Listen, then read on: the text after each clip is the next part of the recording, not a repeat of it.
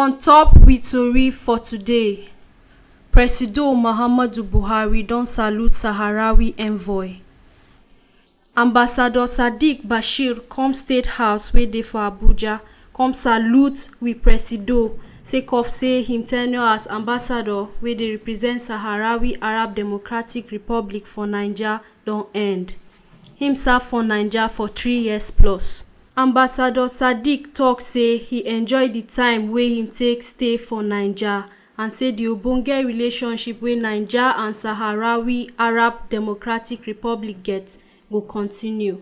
Presido Buhari come salute the ambassador sake of the ogbonge thing wey Naija enjoy for the time wey him take be ambassador, and talk say him go make sure say the country continue to dey enjoy those ogbonge things dem, even as the ambassador wan ready to comot for Naija.